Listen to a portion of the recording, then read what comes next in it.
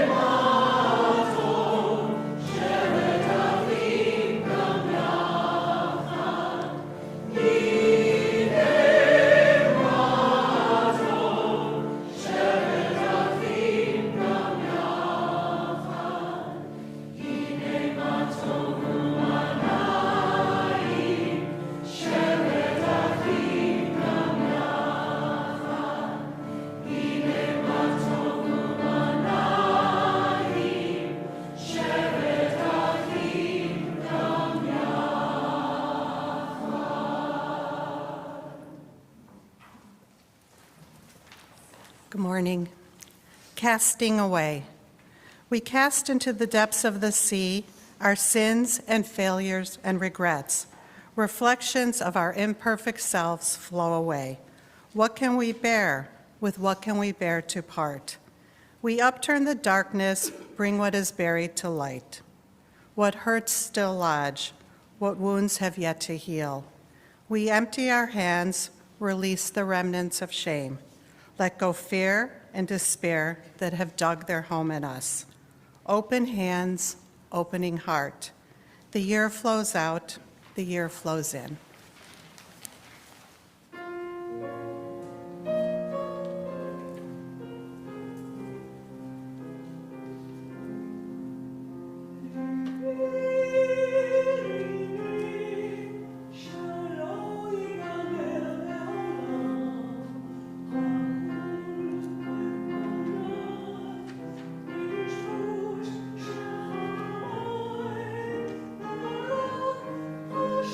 Oh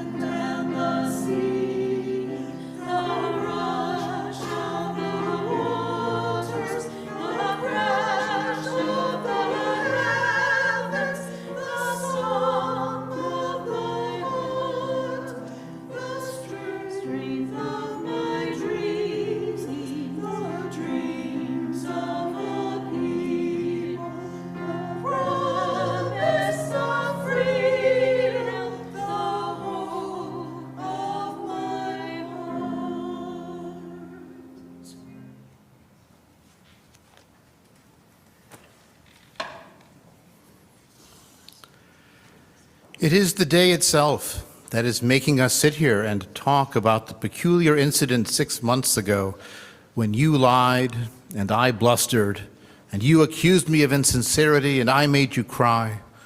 An incident that neither of us can quite forget, but that we can't quite mention either, and which has been slowly corroding the trust and love we once had for each other. It is the day that has given us the opportunity, indeed the responsibility, to stop talking of our usual business and to reopen a case we pretended to have put out of our minds. There is peace between nations and peace between people. There is peace in the world around us and peace in the stillness of our private selves. The reflection, forgiveness, quiet and contemplation of Yom Kippur create the setting for us to find roots and for peace to find roots. But it cannot happen without our consent. It is our will to be willing, our openness to being open, that are the first steps to finding peace in our hearts and with others.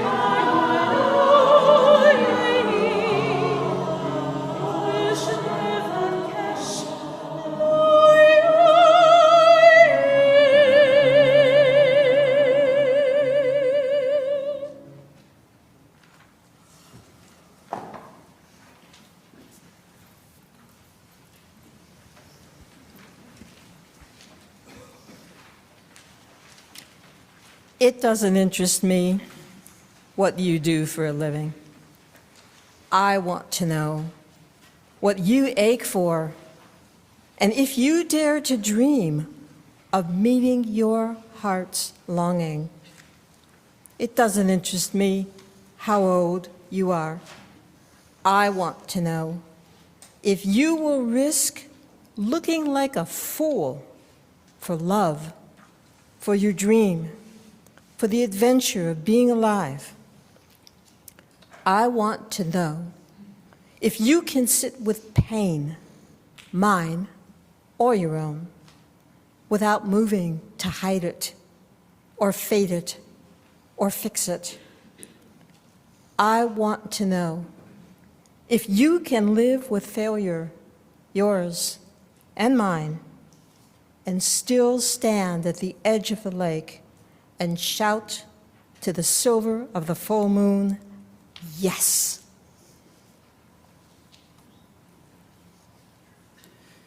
It doesn't interest me to know where you live or how much money you have. I want to know if you can get up after the night of grief and despair, weary and bruised to the bone, and do what needs to be done to feed the children. It doesn't interest me who you know or how you came to be here. I want to know if you can stand in the center of the fire with me and not shrink back. I want to know if you can be alone with yourself and if you truly like the company you keep in the empty moments.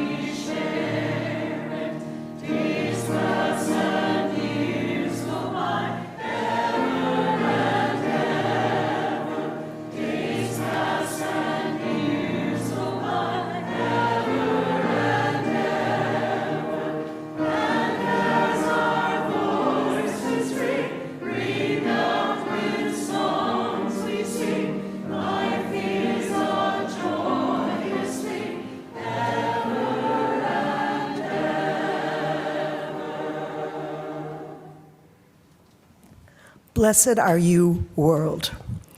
In the archives of Kibbutz Beit Hashita, I discovered forgotten handwritten notes for a Passover Seder from 1927.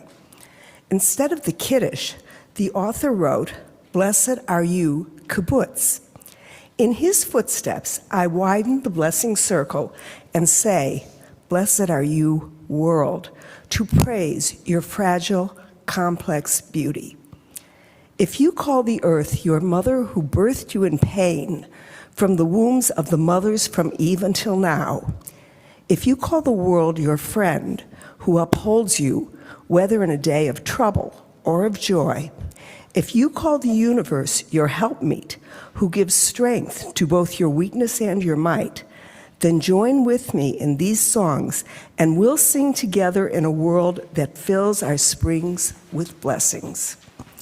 Planet orbiting the sun from time's beginning till its end. Planet blue, green, and white. Planet covered with water and land and sky.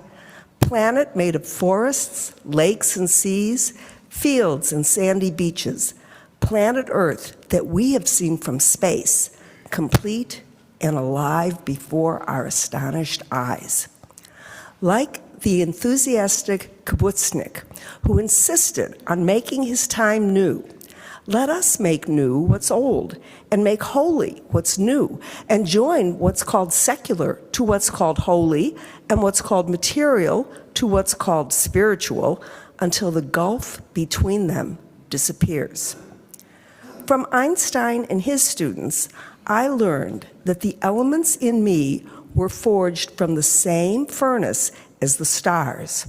From other great ones, I've learned to sit, breathe, pay attention with watchful eyes to a world filled with glories and wonders like me, like you, and like the stars.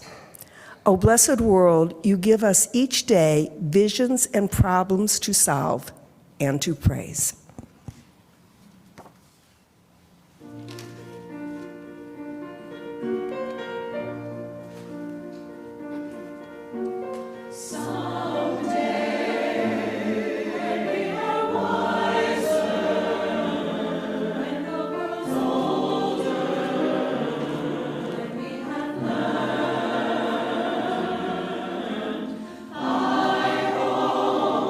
Someday we may have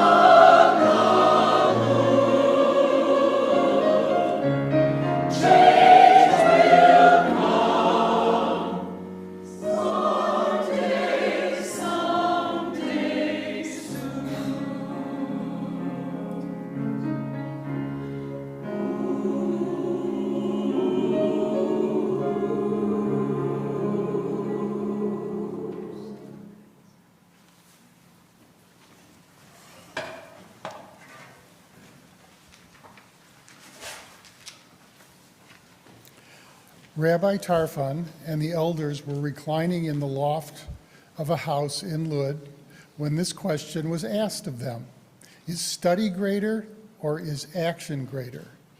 Rabbi Tarfon answered and said, action is greater.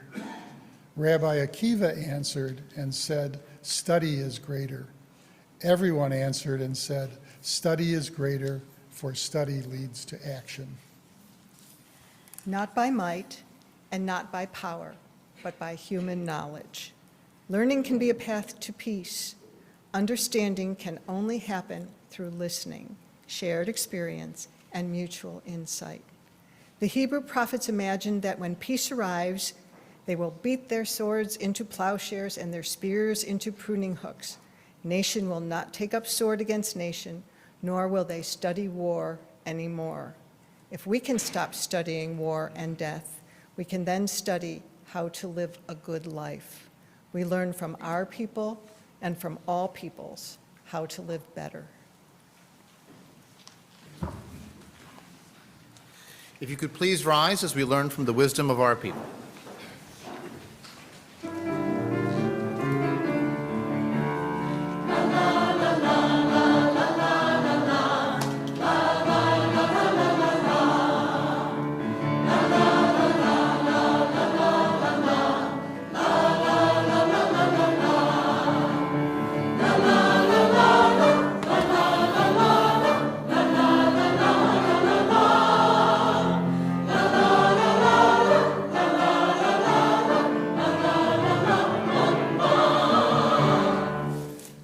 Please be seated.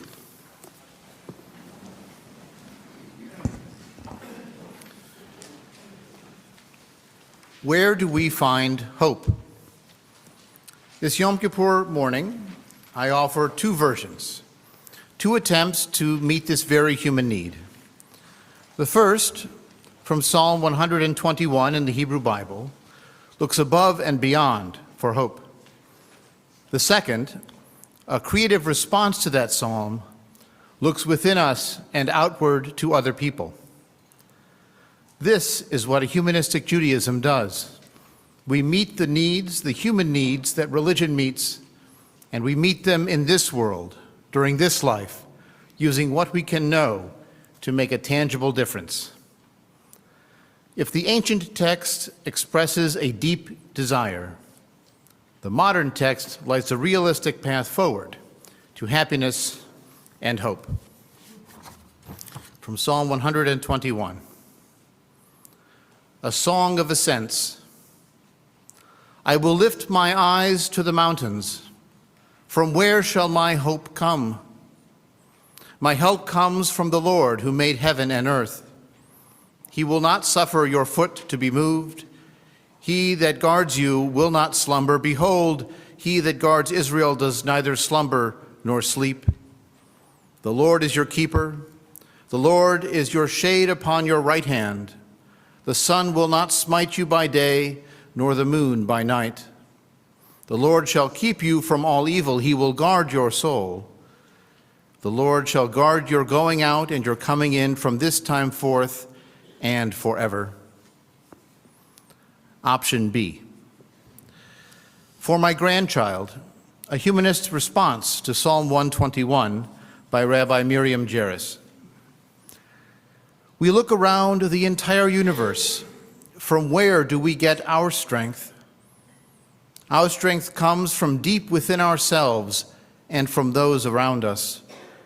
Our family and friends will support you. They will watch over you and will not desert you. Indeed, we will stand by you and will not rest if you need us. Your parents and family will protect you and be at your side. We will shelter you from the elements, from the sun in the day, from the cold at night. We will do all within our power to shield you from harm. We will care for you throughout your life. We will look out for you as you come and go, both for now and for as long as we are able. Please rise as I return our Torah scroll to the Ark.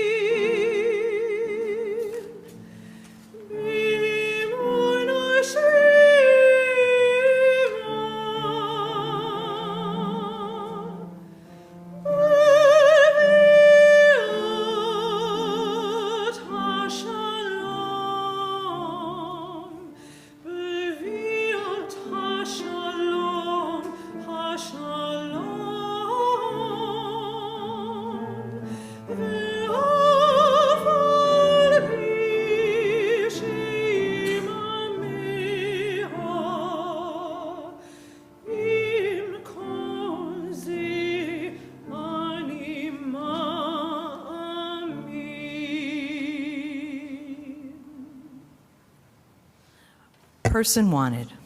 Wanted, a person who can be truthful among liars. Must be unwilling to sell his fellow human being for any price, honor or fame. And be unable to ignore injustice or brutality, even though it be to her advantage. The blood of the times must course through his words, and for his ideas to be prepared to enter prison. She must take the part of the injured without seeking applause. Be able to think intimately and speak from the heart. He must extend a brotherly hand and act better than he speaks. She must not condemn another and remain blind to her own faults. She should be artist of the deed, the greatest of all arts. He must raise the value of humanity, starting with himself. Wages will be small, the work steady.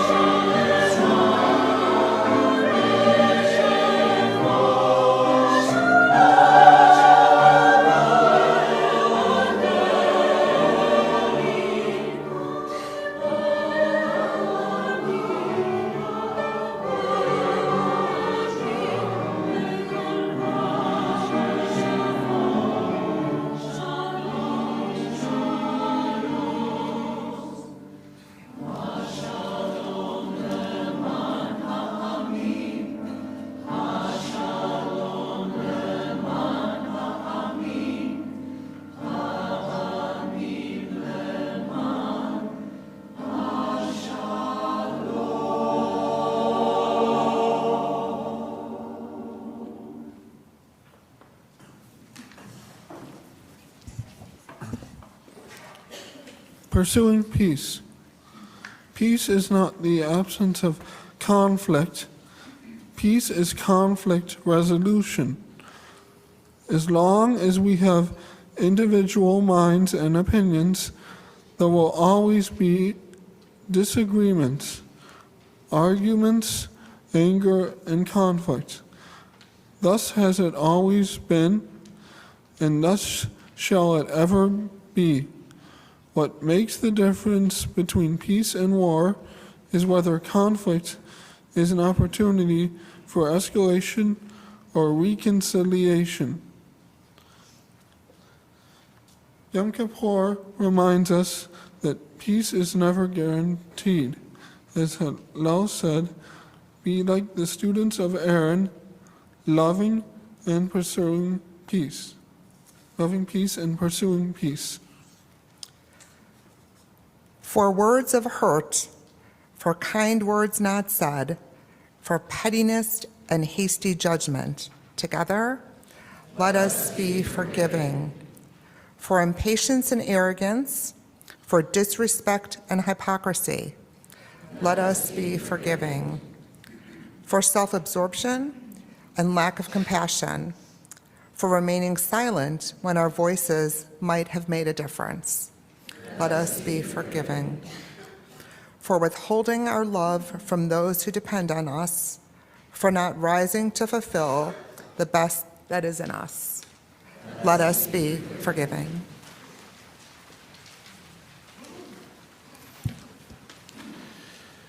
Yom Kippur is a moment to reflect and a moment to release, to let go of those hard feelings from the past year and past years, to release ourselves from the guilt of failure and flaw.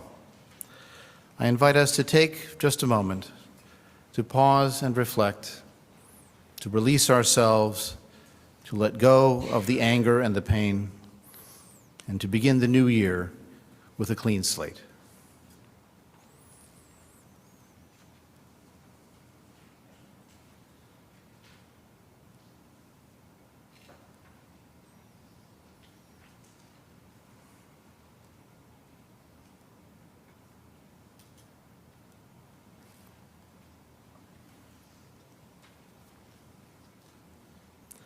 Our service continues on page 10.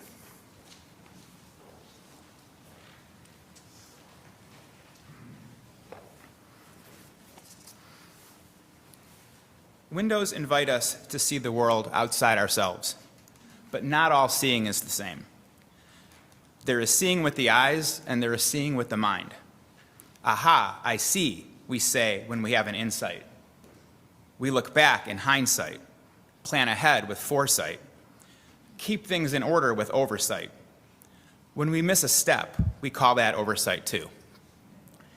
And there is a kind of seeing that we might call undersight, seeing under, beneath the surfaces, seeing into, through and through, taking in the whole of what is.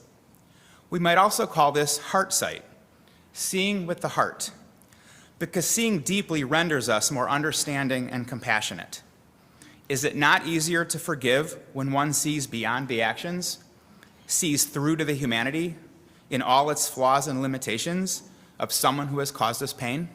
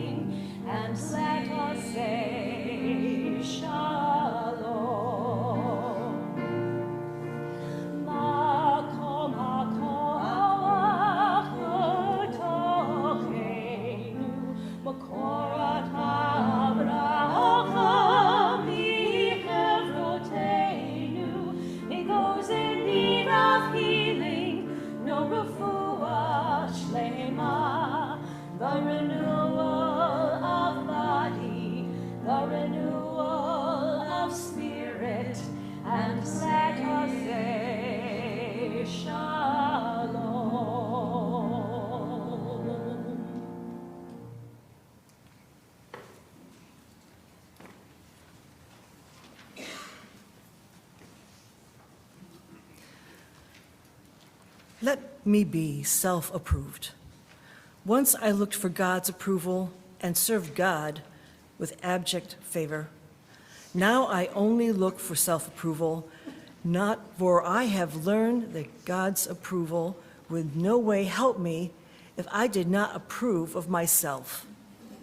I wished for the approval of men and bowed to the meanness of men to get it. I wished for the approval of my estate and accepted its income to get it. I wished for the approval of the suit I wore and of the food I ate and dressed myself fool and ate myself hog to get it. I wished for the approval of the scholars and rehearsed in dead cultures to get it. I wished for the approval of the soldiers and murdered my brothers to get it. I wished for the approval of the statesmen and lied in the word of the law to get it. And so I left myself behind and traveled everywhere asking for my discarded consort. And that is why men gazed at me and asked me what I was looking for, and I never could tell them. And that is why I put the universe into a scale and found it short weight and charged up a bill against it. All around me were men and women restless with resentments toward life. Men and women who had deferred themselves to something not themselves and gone short in the investment. Men and women who believed they could put themselves in pawn and redeem themselves at will. The dear men and women nearest to me and farthest from me who took their heritage at the full and left it empty. The root of the tree was self-approved. Then came the tree. The dream of the picture was self-approved. Then came the picture. The four notes of the song were self-approved. Then came the song. The instinct of the good deed was self-approved. Then came the good deed. Let me be self-approved. Once I prayed to God for myself and went hungry and thirsty with a full meal.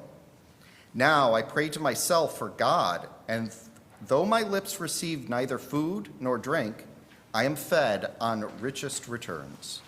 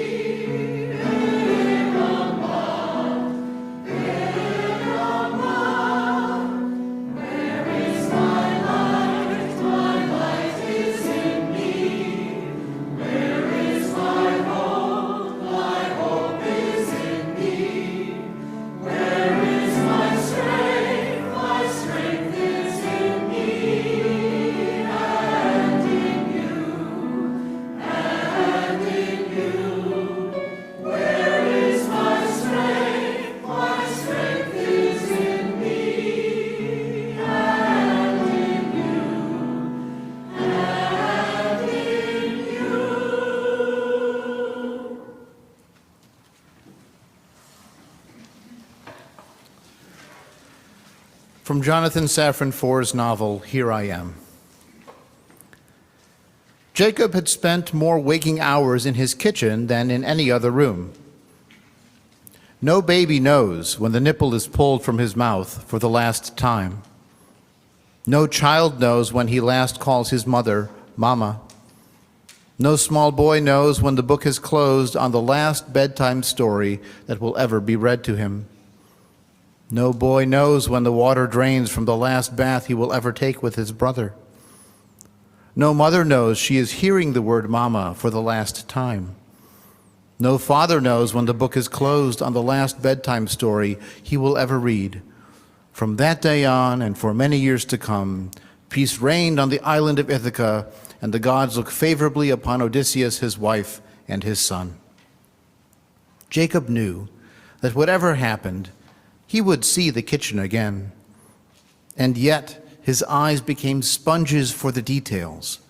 The burnished handle of the snack drawer, the seam where the slabs of soapstone met, the special award for bravery sticker on the underside of the island's overhang, given to his son Max for what no one knew was his last pulled tooth, a sticker their dog Argus saw many times every day, and only Argus ever saw.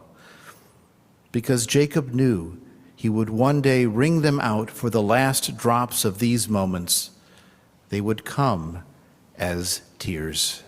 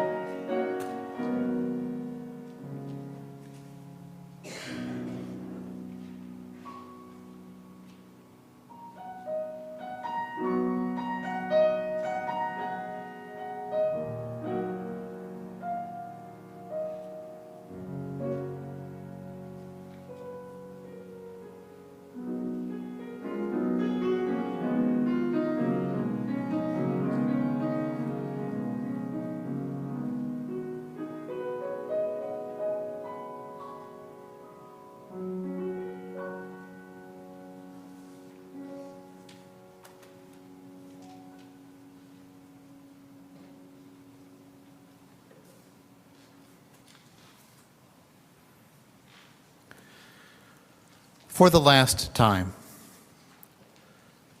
How do you know when it's the last time? The last time to ask, how are you? How was your day? The last time to say, I love you, good night, sweet dreams. You don't. And so you must reach out with love and compassion at every opportunity to those who love you, that you care, you love, and need to be needed. In a world where you suddenly find yourself alone once again, in an achingly painful way, because someone you love has left you behind to seek your own paths and truths in an uncertain place. The only thing certain is that you're not truly alone because of those who do love you. And for that, be thankful and grateful and feel blessed that you were able to say, good night, I love you, one last time.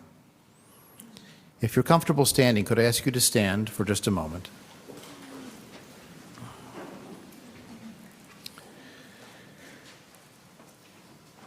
We do not know what losses will face us in the year just begun. We know that that which lives will age and die. We know that love is a partner with loss. But we know that love transcends the mortal coil, connects us with those who are gone in an ongoing, meaningful way. Let us pause at this moment in our service to feel that love that we still feel, to remember those lives that touched our life.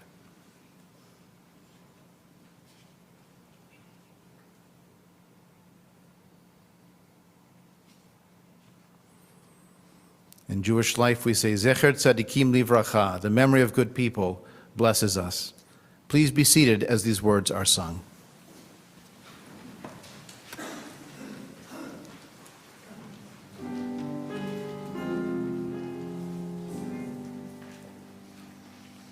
Zecher Tzadikim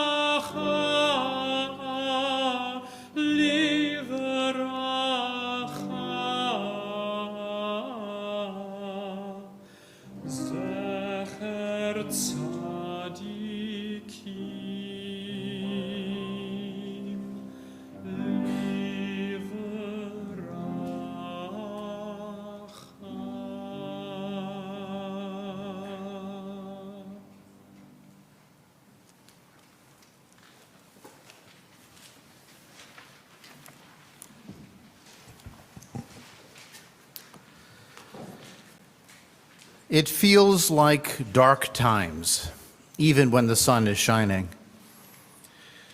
Recently, Benjamin Netanyahu, Prime Minister of Israel, said that the future of Israel may be as a super Sparta, isolated, militant, harsh, suspicious of the outside world. That is not an Israel that would restore alliances and start to heal relationships with world Jewry. If I had to choose from ancient Greece, Athens would be my preference, for Israel and for Jewish life more broadly. Open, cosmopolitan, a home of philosophy and commerce and the first stirrings of democracy. We do not get to choose the times we live in. And if you could choose the time you lived in, would you really want to live centuries ago, when the majority of children born would die before age 5, before the discovery of antibiotics, before the invention of deodorant? For all the challenges we face, we live longer and we live better today than we ever have. In 1925, only half of American homes had electricity and indoor plumbing. I even remember picking people up at the airport before cell phones. Much easier now. Some features of life remain forever true. We are still mortal, even if our social media footprint may live forever. We are more in control of our lives and our deaths, but never 100%. We still feel lonely. We still feel the need for help in difficult moments. We still need hope to carry us through dark times. Our high holiday theme of "Here we go again" could be a warning sign of depression and despair if we are sure it will go just as badly this time as it did the last, if we are powerless to avoid what we see coming. To survive and to thrive, we need hope, just as we need air and water and food and fellowship. In dark times, it helps to remind ourselves where we find the hope we will inevitably need in the weeks and months to come. After all, the sun may come up tomorrow, but it will also set. In our reading from Jewish literature this morning, we heard a classic source for hope: faith in supernatural deliverance. Psalm 121 begins, "I will lift up my eyes to the hills. Where does my help come from? My help comes from Yahweh, the Lord, who made heaven and earth." The faith proclaimed here is not once in a while, not limited in its scope or breadth. It is not the limited God of liberal theology, trying to preserve some kind of God language by reducing its promises to the plausible. This is no God on the sidelines encouraging us or working in partnership with human actions. The God of Psalm 121 is full supervision and a 100% guarantee, as long as you follow the rules. The sun will not harm you by day, nor the moon by night. Yahweh will guard your going out and your coming in from this time forward and forevermore. Sounds great. The only problem is that pesky detail of actual human experience. Secular people sometimes wish they had the confidence of faith, but every solution has its own complications. Bad things do happen, from natural disasters to accidents to tragedies. Last Sunday in Michigan, or earlier today in England, an assault crashed a vehicle into a religious institution during services, and in Michigan shot, in the UK stabbed several people, even killing some in Michigan. If you wondered why our security grant covered installing boulders at the entrance to the building, well, now you know. Because faith won't stop a vehicle, but those blocks will. With a 100% guarantee from above, if something goes wrong, then it must be our fault, adding guilt rather than hope to our suffering. A collective confession on Yom Kippur of all of our sins that we have sinned, well, that distributes the guilt and also explains disasters. Or we may hear conventionally that our suffering is part of a bigger picture we do not understand. And maybe we have hope that the larger design is for a larger benefit. That may pull us through, like the pain of recovering from a knee replacement that will help us dance again. But assuming that good things are rewards and bad things are mysteries, that just seems too convenient. If we never know when that hope will be available to us and when it will be a mystery we must accept, now that 100% guarantee seems much less trustworthy to help with this moment of doubt and pain. There is a long and rich history of Jewish questioning and challenging of absolute faith. Even in the Hebrew Bible, Job and Ecclesiastes wonder why both bad and good things happen to both good and bad people, and not in relation to whether they were good or bad. 1900 years ago, the rebel rabbi Elisha ben Avuya saw a man break a ritual commandment and live, and another follow the commandment and die. Supposedly, Elisha concluded, "Leit din veleit dayan," there is no justice and there is no judge. The Jewish folk wisdom of popular sayings included, "Angels used to walk the earth, now they are not even in heaven." And a personal favorite recently, So many Hamans, only one Purim. The spark of Zionism 140 years ago was not waiting and hoping for a Messiah. It was to get up and go themselves to a land they would earn, nothing promised or guaranteed. One of the earliest Jewish self-defense organizations, HaShomer, the Guardian, made verse 4 of that same Psalm 121 into their anthem when they sang, Hine lo yanum velo yishan shomer Yisrael, behold, the Guardian of Israel does not slumber or sleep. They did not mean a God. They meant themselves, and they believed in themselves. With all that history of doubt, the question that opens Psalm 121 is still our question, all the more pressing without absolute faith. Where does my hope come from? How can I find hope? As with any search, we need to know what we are searching for. In our holiday services, you may have seen a name appear a few times, Rabbi Sherwin Wein, one of the founding thinkers of Humanistic Judaism and also my personal rabbi until I became a rabbi myself. Wein's writings offer profound insights into the human condition from a humanistic perspective. His writings are not perfect, as nothing human is.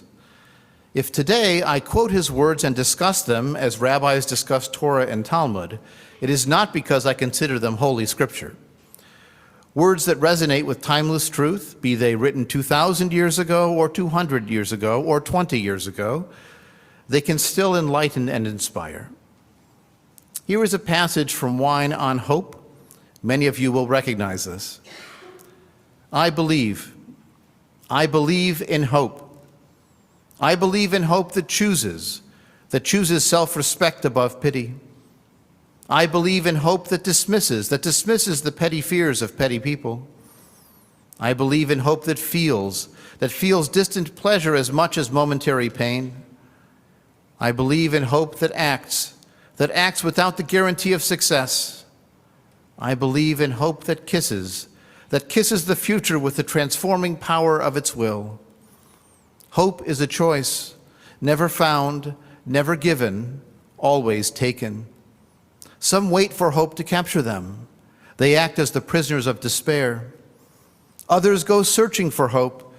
They find nothing but the reflection of their own anger. Hope is an act of will, affirming in the presence of evil that good things will happen, preferring in the face of failure self-esteem to pity. Optimists laugh even in the dark.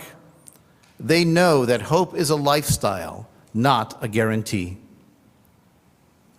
Maybe just hearing the word hope several times makes you feel a little bit better. Now, this passage does not always work.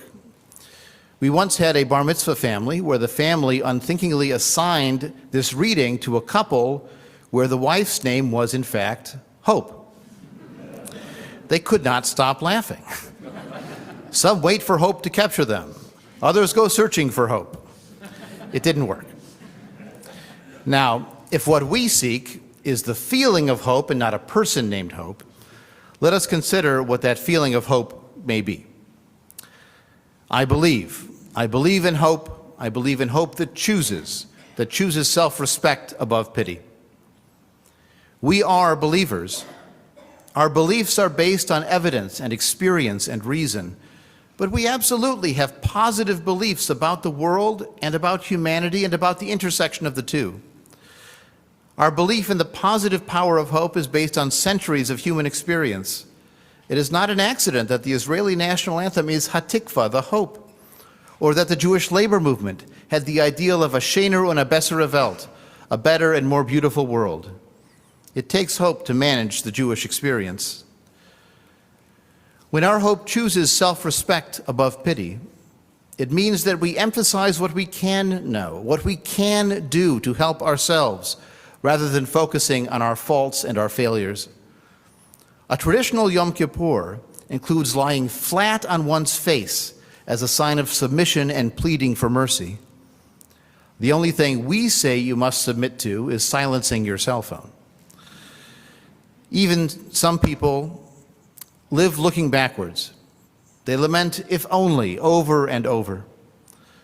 Others live looking forward, asking, what can I do now to prevent harm or to improve life? Human agency is limited, but it is what we have. Our hope chooses self-respect. So think of what you can do, not what you cannot. I believe in hope that dismisses the petty fears of petty people. Here, Wine's writing shows its age and its generation. All human creations remain a product of their time, even if they are also timeless. We do not need to defend Wine's truth as holy writ, just as we both celebrate and critique Torah, Talmud, and other Jewish wisdom. He is correct. We do need to realistically assess what is a true emergency and what is a remote possibility. Yet dismissing other people's fears is neither supportive nor constructive if you want them to trust you and to work with you to address problems. When someone calls your fears petty, irrational, insignificant, imaginary, that causes despair and not hope. Part of the Jewish despair at this moment of facing anti-Semitism from both right and left is the feeling of being alone and dismissed. We are told our concerns are imagined, not a big deal. Gaslighting is the opposite of the hope we need. I believe in hope that feels distant pleasure as much as momentary pain. Hope is the long game. Hope is confidence that things will work out eventually, if not tomorrow. Hope is the moral arc of history gradually and sometimes very slowly bending towards justice. Hope is 2 steps forward, but also the 1 step back, and sometimes more than one. We need courage to continue to hope despite losses. A fragile hope that surrenders with the first setback or the second or the third is not enough. Jewish survival has always been an act of hope as we moved from country to country to find a better home. Leaving what we knew for an unknown future was difficult, but those acts of hope enabled our survival until today. Upon hearing of the Warsaw Ghetto Rebellion, which was an act of futility at the end of the destruction of that ghetto, the ghetto in Vilna wrote a hymn of resistance, and its chorus concludes, Mir seinen da, we are here. That is an anthem of Jewish survival and hope. Our hope anticipates distant pleasure to carry on. In other words, don't give up today. I believe in hope that acts without the guarantee of success. Without divine commandments and celestial providence, we emphasize deciding what is right and wrong based on the results, on the consequences. Will this action help people or hurt people? Will it support or undermine human dignity? Will it increase or erode social cohesion? Sometimes we are not sure what to do, and a decision is required now. What if our plans turn out wrong, and our best-intentioned efforts actually make the problem worse? In the economics book Freakonomics, they described an attempt to solve a problem that made things worse. The problem was, at a daycare in Israel, parents kept picking up their children late. And it was a problem because the staff needed to clean up and close up the daycare. And so they decided, we'll solve this problem. We will create a fine that someone has to pay every time they pick up their child late.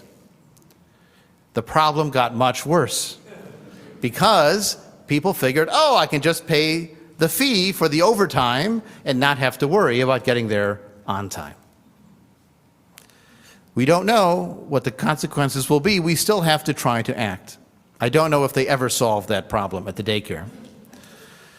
There are times, maybe soon, that we will need to act, and we should plan as best we can for the best results. We cannot let ourselves be frozen by uncertainty, paralysis by analysis, waiting for one clear answer or course of action to present itself. Your rabbi will not tell you exactly what to do. Our hope acts. I believe in hope that kisses the future with the transforming power of its will. Hope makes a difference inside and out. We feel better emotionally when we are hopeful, and hope expresses a desire as much as a prayer does. Both hopes and prayers do not affect the world without our hands and our hearts doing work to make them real. We have the power to transform the world and society for the better or for the worse. Note the word choice here. This aspect of hope does not smash or pound or mold the future. It kisses. It barely touches, but in a loving way. Hope is like the river flowing over the stone that gradually shapes it. Hope is the erosion of barriers over time. Hope is a caring relationship with a future we strive to shape for the good. Hope is a choice, never found, never given, always taken. We can always read things in the worst possible way. We can also find positive evidence of positive developments. A weekly news magazine called The Week has a section every issue called "It Wasn't All Bad." And famously, Mr. Fred Rogers said this: "When I was a boy and I would see scary things in the news, my mother would say to me, 'Look for the helpers. You will always find people who are helping.' To this day, especially in times of disaster, I remember my mother's words, and I am always comforted by realizing there are still so many helpers, so many caring people in this world." We can look at the disaster and the people who caused it, and we can look for the helpers. We have to choose to hope, because it will not come to us as a gift from above and beyond ourselves or from someone else. Some wait for hope to capture them. They act as prisoners of despair. Others go searching for hope. They find nothing but the reflection of their own anger. Looking at the world, particularly recently, it can be all too easy to find the negatives. There are real problems in the world. Hope is not denial of the real suffering we see, the real obstacles we face, the real people working against us. We cannot hope for hope to rescue us. Passivity in the face of disaster, crossing your fingers and hoping someone else will create the reason for us to have hope, that is one more version of faith in providence and prayer without action, rolling the dice with the future. It may indeed turn out positively, but it may not. Just because the wind blows and the current pushes our vessel, we still have the power to steer and paddle rather than calling out, "Someone do something." This approach to hope is exemplified by a story from the world of the shtetl. A man is traveling to a new village. He arrives just at sunset on Friday night. As he goes to door after door, hoping to find a place to receive a Shabbat meal, the doors are all closed. The families are already celebrating. And the last door he comes to, on the edge of town, the door opens and a man welcomes him in to a warm Shabbat meal. The next morning, though, the traveler gets dressed in his ritual clothing. He goes to synagogue, and he does not see his host there. In fact, his host didn't even get out of bed that morning. And he asks the other people in the town, "What happened? Why is he not here?" And they said, "Oh, you're staying with that guy? He's the Apikoros. He's the town heretic. He never comes to synagogue." Well, when the man came home from services, he asked his host, "What gives? Why did you open your doors to help me?" And the Apikoros, the heretic, says, "Well, all those other doors, they stayed closed because they believed that God would help you. And I knew that I had to help you." Hope is an act of will, affirming in the presence of evil that good things will happen, preferring in the face of failure self-esteem to pity. In some ways, being a cynic is easier than hoping. People often disappoint us. The world is not arranged for our benefit. Luck is fickle, effort is seldom rewarded justly, and the wicked seem to prosper for far too long without justice.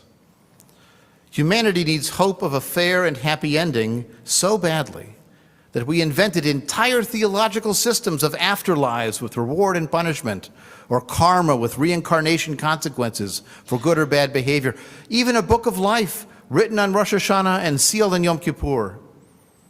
In the face of our reality, sometimes it does take an act of will to have positive confidence that good things will happen. If we have hope, we do so affirm. And last, optimists laugh even in the dark. They know that hope is a lifestyle, not a guarantee. There is no guarantee of a happy ending. If you are tempted by the blind confidence of absolute faith, I have a spoiler alert. Even with belief in a cosmic protector, there are still no guarantees of a happy ending. Maybe you sinned in this life for some systems, in a past life if you believe in reincarnation. Maybe it's a mystery. Maybe someone else's prayers are being answered instead of yours.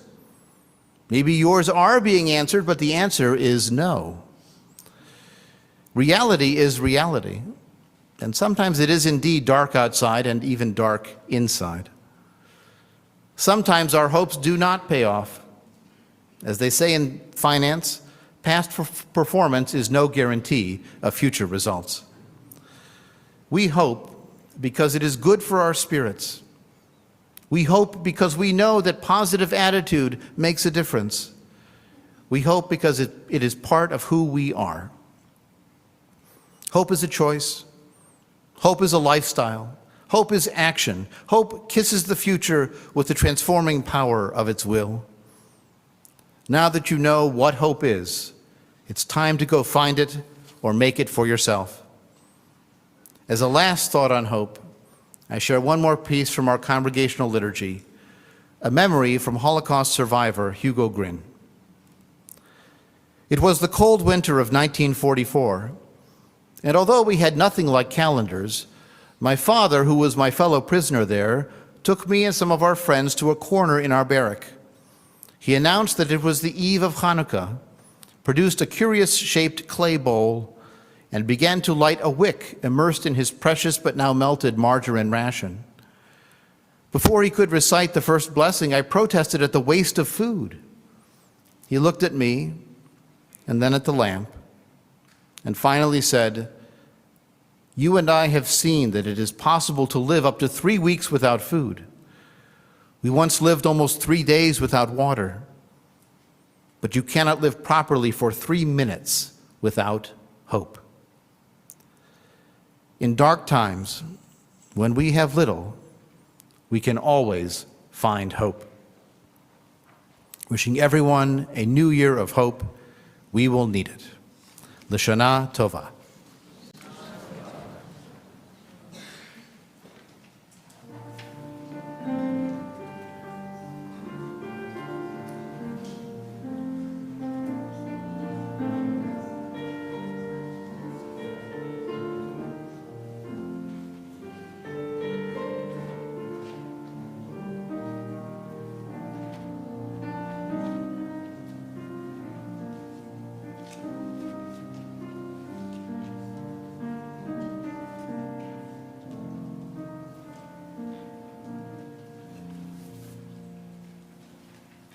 If you enjoyed these services and want to share them, video of the sermons and the full services will be available on the Kol Hadash YouTube channel. Rosh Hashanah is already up on a special playlist, and I believe Yom Kippur Evening is already up as well. You can have a chance to see them, relive them, or share them with family and friends.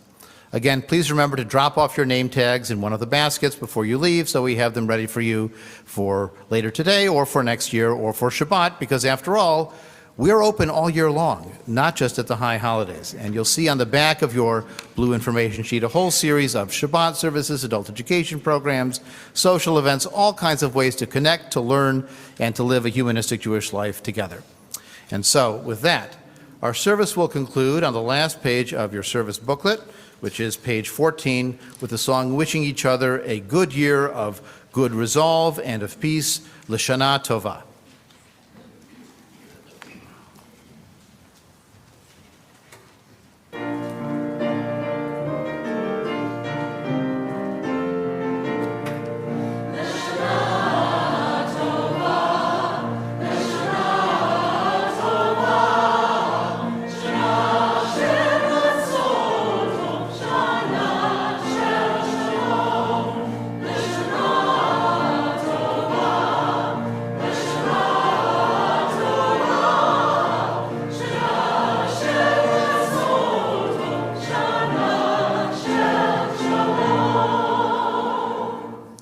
Once again, I wish you a Shana Tova, and please wish Shana Tova to the people near you.